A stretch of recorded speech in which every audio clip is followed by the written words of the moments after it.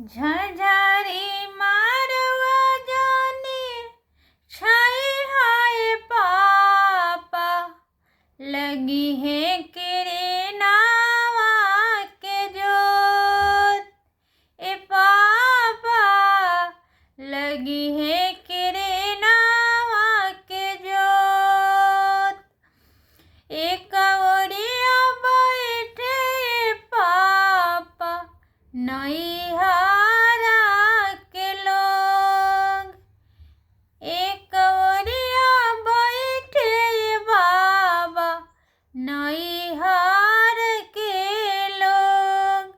दूसर ओरिया बैठे पापा ससुरा के लोग। ए पापा ससुरा के लोग। बीच ठैया बैठे पापा सुंदर दमाद। ए पापा सुंदर दमाद।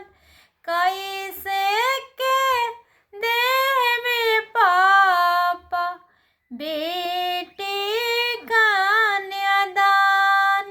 ए पापा बेटी कन्यादान।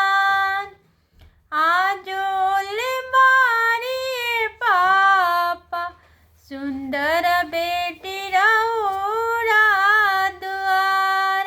ए पापा सुंदर बेटी रौरा दुआर।